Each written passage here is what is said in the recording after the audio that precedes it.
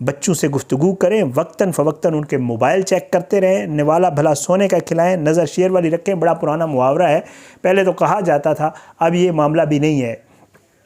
School face اور دیگر ضروریات پوری کرنے کا یہ مطلب ہرگز نہیں ہے کہ آپ نے اپنی ذمہ داری پوری کر دی ہے، بلکہ اصل امتحان تو ان ذمہ داریوں سے ہٹ کر شروع ہوتے ہیں۔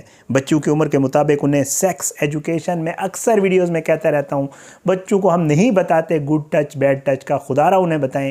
کوئی آپ کو کہیں سے پکڑے، ٹچ کرنے کی کوشش کرے، کیا ہوتا ہے یہ ہم نہیں بتانا ہے والدین نے، بچہ بھلے والوں سے تو نہیں پوچھے گا نا۔ یہ بہت اہم ہے۔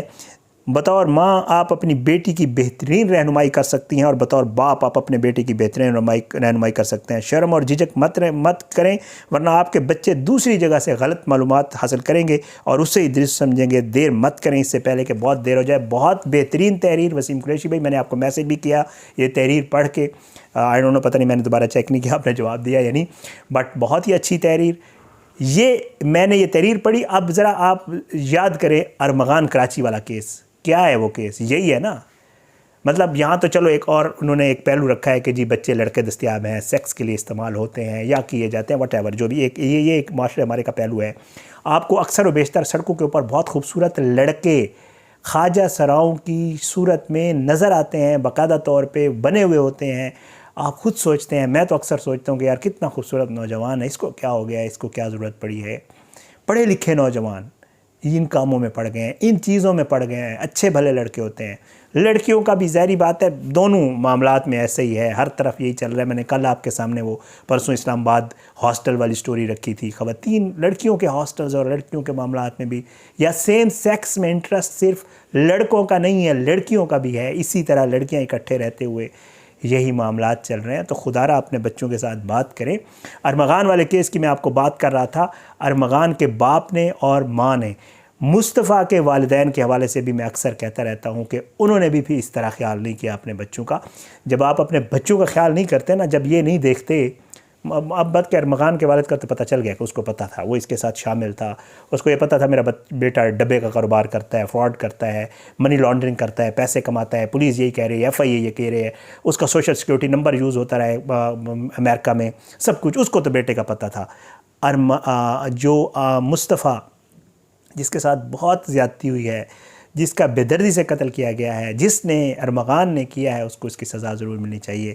لیکن مصطفیٰ کے والدین کو بھی سوچنے کی ضرورت تو تھی کہ ان کا بیٹا کہاں جا رہا ہے، کیا کر رہا ہے۔ ساحر حسن جو ساجد حسن کا بیٹا ہے، اس کے بھی والد کو علم تو ہوگا کہ اس کا بیٹا کروڑوں روپے کی منشیات بیچ رہا ہے مہینے کی، یا کروڑوں روپے کہاں سے کما رہا ہے، ہوتا بھی سارا دن گھر میں ہے، کیا کرتا ہے ایسا کہ کروڑوں روپے اس کے پاس آ رہے ہیں۔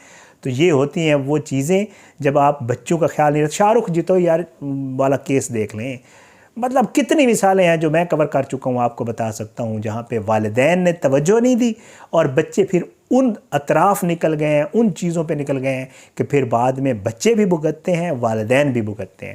بہت اچھی تحریر تھی، میں نے کہا آپ کے ساتھ شیئر کر دوں۔ یہ واقعی ہے، بڑے شہروں میں یہی ہو رہا ہے، چھوٹوں میں بھی ہوگا، وہ کیونکہ زیادہ رپورٹ نہیں ہوتا تو پتہ نہیں چلتا۔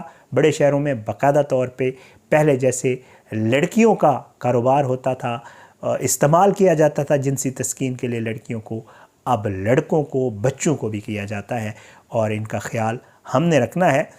سرویلنس کی ہمارے پاس ادارے بھی ہیں، ہمارے پاس پولیس بھی ہے، ان کو پتہ چلے وہ کارروائی بھی کرتے ہیں، سب کچھ ہے، لیکن ہم نے ان چیزوں پہ نہیں رہنا، ہم نے اپنی ذمہ داری پوری کرنی ہے۔ میرا کام آپ کو بتانا تھا، میرا کام آپ تک یہ معاملہ پہنچانا تھا، میرا کام آس پاس کے بچوں کے حوالے سے بھی بات کرنا ہے، اور آپ کا کام بھی یہی ہے کہ آپ نے والدین ہوتے ہوئے، یا آپ اپنے بچوں کے والدین کے علاوہ آپ کے آس پاس کے بچے بھی تو آپ کے بچے ہیں، آپ نے ان کا بھی خیال رکھنا ہے۔ تو خدا را ان چیزوں پہ نظر رکھیں، یہ ہمارے معاشرے میں ہے، ہو گیا ہے، اس سے ہم جتنی بھی نظریں چرائیں، جتنی بھی چرائیں، تو ہم خود کو دھوکہ دے رہے ہیں۔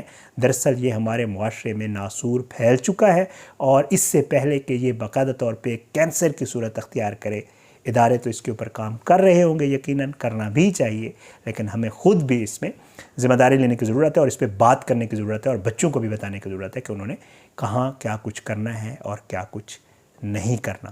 آج یہ میرے سامنے چیز آئی، میں نے کہا آپ کے ساتھ شیئر کر دوں۔ آپ سب نے اپنی دعاؤں میں ہمیں یاد رکھنا ہے۔ اللہ میرے سمیت ہم سب کے بچوں کو اپنی حفظ و امان میں رکھے، اللہ ان کے ہاتھ سے، پاؤں سے، آنکھوں سے، کانوں سے بہتر اور نیک کام کرنے کی اللہ ان کو توفیق دے تاکہ وہ ہمارے لیے عذاب کا باعث نہ بنے۔